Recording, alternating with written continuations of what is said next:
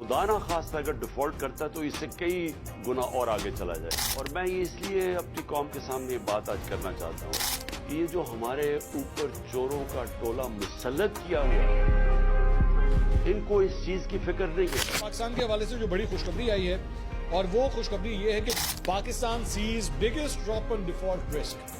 Change in CDS implied probability of default over 12 months.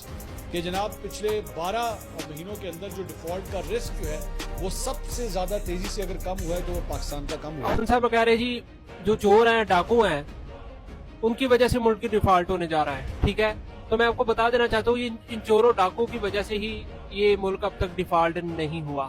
جب سے یہ ایماندار عمران خان صاحب آئے ہیں تو ملک ڈیفالٹ ہونے کی حالت میں پہنچ چکا ہے. اور اللہ کا شکر ہے اس نے جب اپنا اقتدار چھوڑا تھا خان صاحب نے تو یہ کہہ کر گئے تھے کہ جی ملک ڈیفالٹ ہونے والا ہے، اور حالت ایسی بنا کر گئے تھے ملک کی کہ حقیقتاً ملک ڈیفالٹ ہونے کی حالت تک پہنچ چکا تھا. پھر اس کے بعد نون لیگ والے آئے، شہباز شریف آئے، انہوں نے اس ملک کو دوبارہ سے سنبھالا، دوبارہ سے اپنے پاؤں پر کھڑا کیا اور ترقی کی راہ پر گامزن کیا. یہ کہتے ہیں جی میں بڑا ایماندار ہوں، یہ نون لیگ والے، یہ نواز شریف شہباز شریف سارے چور ہیں ڈاکو ہیں. میں آپ کو بتا دینا چاہتا ہوں یہ ان چوروں ڈاکو نے ہی ملک کو ڈیفالٹ ہونے سے بچایا ہے.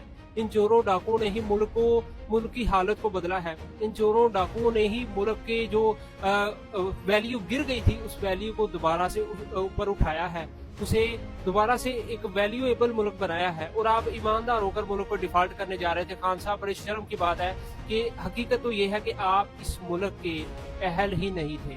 آپ کو تو بلا وجہ اس ملک کے اہل بنا کر اس ملک پر مسلط کیا تھا. آپ اس ملک کے اہل نہیں تھے کیونکہ آپ کو تو کچھ پتہ ہی نہیں تھا سیاست کا. اگر پتہ ہوتا تو پھر ملک ڈیفالٹ ہونے کی حالت تک نہ جاتا.